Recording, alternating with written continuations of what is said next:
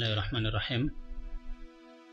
Biniyatil qabuli wal wusul wa tamami kulli sulun wa ma'mul wa salahi sya'ni zahiran wa batina dafi'atan li kulli syarrin jalibatan li kulli khairin lana wa li walidina wa li auladina wa ala niyyati anna Allah yunawwiru qulubana wa qalibana ma'at taqwa wal huda wal afaf wal maut ala dinil islami wal iman bila mihnatin wal imtihanin bihaqqi sayyidi waladi anan jami'atan li kulli niyatin salihah wa la hadrati al-habib Muhammad sallallahu alaihi wasallam thumma ila jami' ikhwanihi minal anbiya wal mursalin wa ala kullin washabi kullin wa ila arwahi jami' ulama'illah wa jami' ula'illah khususan musannifi hadzal kitab wasarifihi thumma ila abaina wa ummahatina. Al-Fatihah. A'udzubillahi minasyaitonir rajim. Bismillahirrahmanirrahim. Alhamdulillahirabbil alamin arrahmanir rahim maliki yaumiddin. Iyyaka na'budu wa iyyaka nasta'in ihdinas siratal mustaqim siratal ladzina an'amta 'alaihim ghairil maghdubi 'alaihim waladdallin. Amin. Bismillahirrahmanirrahim. Sekarang fasal tentang rukunnya salat ya yang akan kita baca.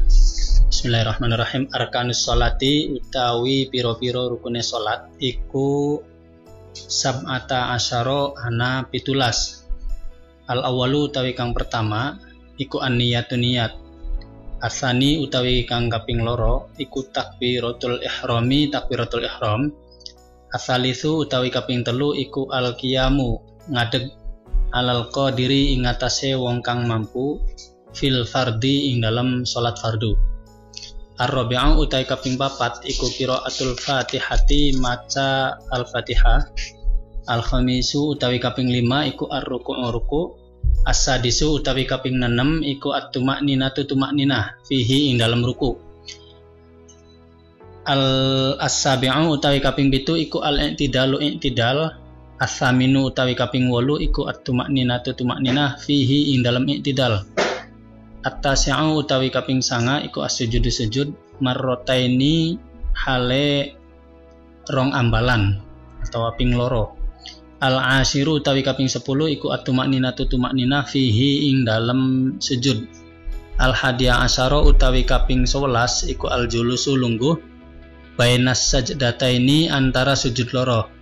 Asaniya asyara utawi kaping 12 iku at-tuma'ninatu tuma'ninah fihi ing dalam sujud. As-salisa asyara utawi kaping 13 iku at-tasyahudul akhiru maca tahiyat akhir. Ar-rabi'a asyara utawi kang kaping 14 iku al-qu'udu lungguh fihi ing dalam tahiyat akhir. Al-khamisa asyara utawi kaping 15 iku as-shalatu maca sholawat alan nabi ing atase Kanjeng Nabi sallallahu alaihi wasallam fihi ing dalam tahiyat akhir. As-sadisa asyara utawi kang kaping 16 iku assalamu salam. Ar-rabi'a asyara utawi kang kaping 17 iku at-tartibu urut-urut. Sekarang kita akan memahami tentang atau menjelaskan tentang rukunnya sholat. Kemarin sudah dijelaskan syarat-syaratnya sholat, yang sekarang adalah rukun. Rukunnya sholat, rukun adalah sesuatu yang mengesahkan satu ibadah dan dia termasuk bagian dari ibadah tersebut. Artinya kalau rukunnya sholat berarti dia yang menentukan sah tidaknya sholat dan termasuk bagian dari rangkaian kegiatan sholat itu sendiri. Kalau syarat itu sesuatu yang menentukan sah tidaknya ibadah, tapi dia bukan bagian dari rangkaian ibadah. Contoh, wudhu itu bagian dari syaratnya sholat. Dia bukan rangkaian dari ibadah sholat, tapi dia harus ada dan selalu ada ketika sholat itu dilaksanakan. Nah, kalau rukunnya sholat itu bagian dari rangkaian sholat. Dalam kitab Safinah, rukun sholat itu ada 17. Yang pertama itu niat, yang kedua takbiratul ihram, yang ketiga berdiri. Ini dilakukan bersamaan sebenarnya, cuman dia harus diurutkan, maka urutannya satu niat, kedua takbiratul ihram, ketiga berdiri. Niat itu dilakukan harus bersamaan dengan takbiratul ihram, dan takbiratul ihram itu dilakukan dalam keadaan orang sudah berdiri tegap. Tidak boleh ketika masih jalan. Saya dulu kalau di kampung-kampung itu sering ngelihat orang sholat itu karena ngejar jamaah, dia sambil Allahu Akbar sambil lari. Itu tidak sah sholatnya. Posisinya harus tegap berdiri dan sudah siap menghadap kiblat. lalu takbiratul ihram bersamaan dengan niat. Nah, di sini niat ditaruh di pertama, padahal nanti dijelaskan di pasal berikutnya niat itu bersamaan dengan takbiratul ihram. Nah, yang kedua itu takbiratul ihram. Takbiratul ihram itu membaca lafaz Allahu Akbar. Nah, takbiratul ihram itu termasuk rukun qauliyah, rukun yang jenis ucapan, artinya dia harus mengeluarkan suara, tidak boleh dibaca hanya dalam hati. Minimal suaranya terdengar oleh telinga kita sendiri. Jadi ketika takbiratul ihram kita tidak boleh cuman membacanya dalam hati, itu tidak sah nanti sholatnya. As-salis yang ketiga berdiri alal qadir bagi yang mampu, alal qadiri fil fardi pada sholat fardu. Ketika mampu berdiri maka sholat itu wajib berdiri. Ketika mampu berdiri, ini pun di sholat fardu. Kalau di sholat sunnah bagaimana? Yang bagian ini nih bingung. Kalau tidak disampaikan, ini bagian dari ilmu harus disampaikan. Tapi kalau disampaikan kadang kemudian dimanfaatkan. Pada prinsipnya sholat sunnah itu boleh, walaupun kita sehat itu boleh sambil duduk. Tapi saya khawatir kalau menyampaikan ini nanti begitu musim taraweh, yang muda-muda ini biar tetap dianggap taraweh, wah katanya boleh sholat taraweh biar sehat juga sambil duduk. Akhirnya sholatnya sambil duduk, kan jadi blunder ya, bingung. Tidak disampaikan ini bagian dari ilmu yang harus disampaikan, tapi kadang ketika disampaikan kemudian dijadikan sebagai aji mumpung. Ya udah tarawehnya duduk. Parah lagi kalau orangnya pengen cari sensasi, ngambil barisan di depan sama teman-teman terus tarawih duduk, kan bikin gempar jamaah ini ruwet.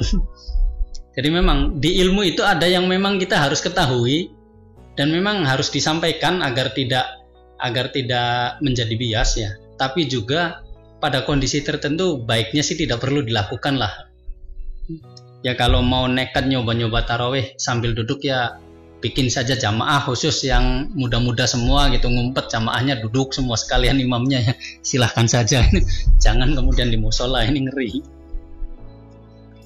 Ya, jadi kalau tidak mampu berdiri ya boleh sambil duduk, tidak mampu duduk boleh sambil tiduran. Pertama tidurannya kalau bisa yang posisinya menghadap kiblat, artinya kaki di depan ke arah kiblat, kepala di arah sebelah timur kalau di kita. Kalau tidak bisa ya sambil rebahan miring ya, turun miring bahasa Cirebonnya. Tidak bisa sekali dalam kondisi apapun ya sambil membaca bacaan sholat. Itu rangkaian syarat rukunnya sholat nomor 3 berdiri. Itu tidak mutlak, artinya pada kondisi mampu, pada kondisi tidak mampu boleh. Nah, mampu ini ada kalanya mampu secara fisik, ada kalanya mampu secara kondisi. Contoh pada kondisi perang, ketika perang zaman dulu, kalau zaman sekarang nggak bisa kebayang perang sambil sholat itu. Kalau zaman dulu perangnya kan pakai pedang, jadi bisa sambil sholat sambil ini. Kalau sekarang pakai bom, mau sholat gimana? Dirudal dari jauh ya tetap aja kena. Nggak kebayang ini nanti bagaimana fikih khaufnya ini ketika sholat zaman perang di era modern ini. Ar-rabi' qiraatul Fatihah, yang keempat itu membaca Fatihah. Al-Fatihah juga termasuk rukun qauli ya, rukun yang harus diucapkan. Jadi tidak sah kalau membaca Fatihah walaupun ini sholat duhur, awas. Walaupun sholat duhur, sholat asar atau sendirian, Fatihah itu harus terdengar minimal oleh telinga kita. Jadi sholat itu tidak bisa dalam keadaan hening ya. Biar khusyuk kita hening. Bacanya dalam hati itu salah. Ibadah itu ada aturannya. Yang diterima itu adalah yang berdasarkan aturan. Nah, salah satu aturannya Fatihah itu minimal terdengar oleh telinga kita sendiri. Maka khusyuk dalam konsep sholat itu ya saya sering kadang bingung orang mau menganggap khusyuk itu tenang. Bukan ya, kalau memang di situ harus terdengar suara, tapi jangan berisik, jangan mengganggu yang lain. Minimal ada suara dari kita yang terdengar oleh telinga sendiri, batasannya di situ.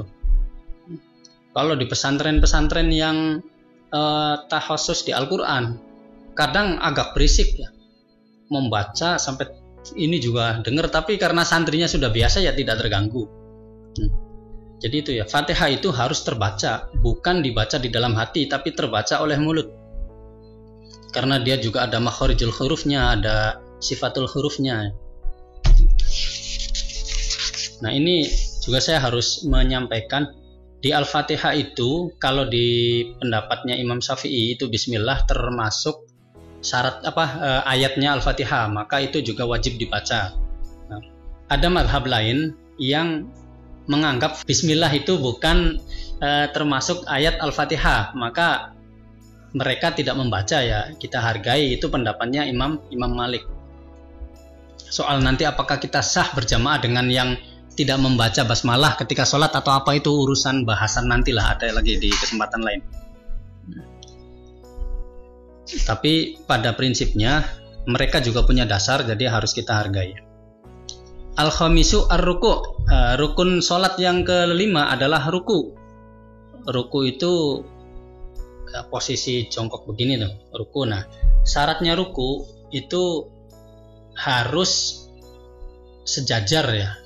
Tangan, saya kalau menjelaskan ini tuh nggak luas kalau nggak sambil mencontohkan itu.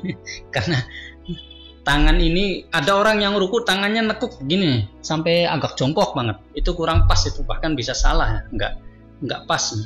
Yang pas itu tangan lurus ditempelkan ke lutut. Nah seukuran itulah ruku kita, jangan lekuk tangannya sehingga posisi pundak kita ini terlalu jongkok, itu nggak boleh. Ruku, kemudian di dalam ruku ada tumakninah. Ini dimasukkan dalam rukun ke-6 as-sadisu at-tumakninah. Tumakninah itu tenang tanpa gerakan. Seukuran subhanallah 1 detik lah kalau pakai hitungan itu. Jadi minimal ketika ruku ada berhenti dulu 1 detik saja. Itu ketika misalnya selesai baca subhana rabbiyal a'la wa bihamdi, subhana rabbiyal azimi wa bihamdi 3 kali, kita tenang dulu 1 detik baru naik.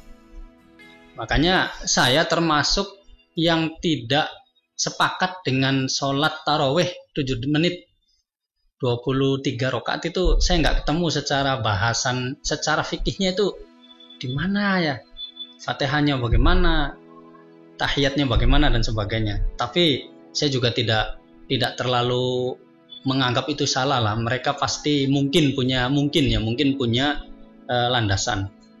Tapi kalau saya tidak sepakat dengan itu.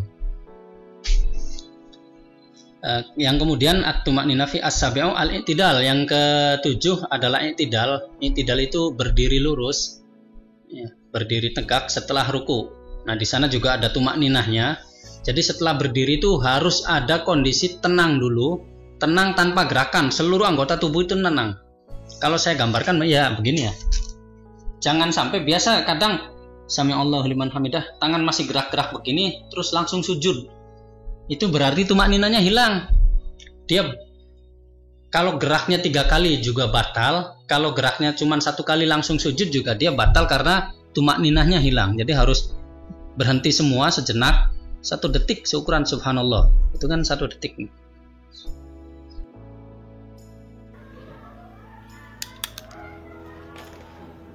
At-tasi'u as-sujudu. Yang rukun sholat yang ke-9 itu sujud. Nah, marrota ini 2 kali. Sujud ini nanti juga dijelaskan di pasal berikutnya. Harus meliputi 7 anggota sujud, harus nempel semua di tempat sujud. Dari mulai jidat, kedua telapak tangan, kedua lutut dan kedua kaki. Maka posisi kaki, jari kaki itu harus bagian dalamnya harus nekuk begini. Nggak boleh posisinya begini, harus ada yang ditekuknya. Kalau bahasa Cirebonnya kudu madal yang. Nanti lengkapnya nanti dijelaskan di kajian berikutnya. Kemudian al-asyiru at-tumakninatu fihi. Pada saat sujud pun ada tumakninahnya, harus tumakninah. Tenang, tumakninah itu tenang. Al-hadi asyara al-julus bainas sajdatain. Kemudian rukun salat yang ke-11 itu duduk antara 2 sujud. Sujud pertama, kemudian duduk lagi, kemudian sujud lagi. As-sani asyara at-tumakninah fi. Ketika duduk antara dua sujud pun harus ada tumakninahnya. Harus ada tumakninahnya. Kemudian as-salisa asyara at-tasyahudul akhir. Nah, yang ke-13 dari rukunnya sholat adalah membaca tahiyat akhir. Tasyahud akhir ini juga bagian dari rukun qauli. Jadi dia bacaan tasyahudnya dari mulai at-tahiyat sampai fil alamina innaka hamidum majid itu harus terdengar oleh telinga. Tidak boleh dibaca di dalam hati, harus minimal terdengar oleh telinga kita. Artinya harus ada suara yang keluar, tapi jangan terlalu kencang. Kemudian ar-rabi'a asyara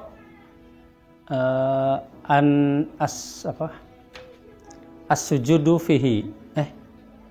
Ulangi ya, nanti dipotong. Kemudian ar-rabi'a asyara al-qu'udu fihi, duduk ketika membaca tahiyat akhir. Itu juga bagian dari rukun salat. Al-khamisah asyara, kemudian yang ke-15-nya adalah as-salatu 'alan nabi sallallahu alaihi wasallam. Membaca sholawat kepada Rasulullah. Jadi bacaan tahiyat itu sebenarnya dari mulai at-tahiyatu sampai asyhadu an la ilaha illallah wa asyhadu anna muhammadar rasulullah. Baik tahiyat awal maupun tahiyat akhir itu sebenarnya sampai wa asyhadu anna muhammadar rasulullah. Nah, sementara Allahumma sholli ala sayyidina Muhammad itu adalah rukun lain, artinya dia juga termasuk rukun qauli, rukun yang harus dibaca dengan mulut, harus terdengar suara bacaannya, tapi dia bukan bagian dari tahiyat, tapi merupakan rukun tersendiri, yaitu rukun yang ke-15, baca sholawat kepada Nabi Muhammad SAW. As-sabi'a asyara, as-sadisa asyara as-salam. Yang rukun yang ke-16-nya adalah membaca salam. Salam juga termasuk rukun qauli, rukun yang harus diucapkan, artinya harus terdengar suaranya. As-sabi'a asyara at-tertib. Nah, rukun yang terakhir adalah tertib. Artinya urutan sholat itu tidak boleh semrawut. Dia harus dimulai dari niat takbiratul ihram, berdiri, membaca Fatihah, kemudian ruku, kemudian i'tidal, kemudian sujud, kemudian duduk antara dua sujud, kemudian sujud lagi, kemudian yang terakhirnya adalah duduk tahiyat akhir. Itu adalah harus berurutan, tidak boleh duduk dulu baru berdiri, baru ruku dan sebagainya. Jadi diulangi lagi, ada 5 rukun qauli, ada 5 rukun yang harus berupa bacaan, harus terbaca dan suara bacaannya harus terdengar oleh minimal telinga kita sendiri yang sedang sholat. Tapi juga tidak boleh terlalu keras, jangan sampai mengganggu yang lain. Yaitu pertama takbiratul ihram, yang kedua adalah bacaan surat Al-Fatihah, yang ketiga adalah bacaan tasyahud, yang keempat adalah bacaan sholawat kepada Nabi Muhammad SAW, kemudian yang kelima adalah bacaan salam. Itu rukun yang harus dalam bentuk terbaca. Itu saja, mudah-mudahan ada manfaatnya. Wallahul muwaffiq ila aqwamit thoriq. Assalamualaikum warahmatullahi wabarakatuh.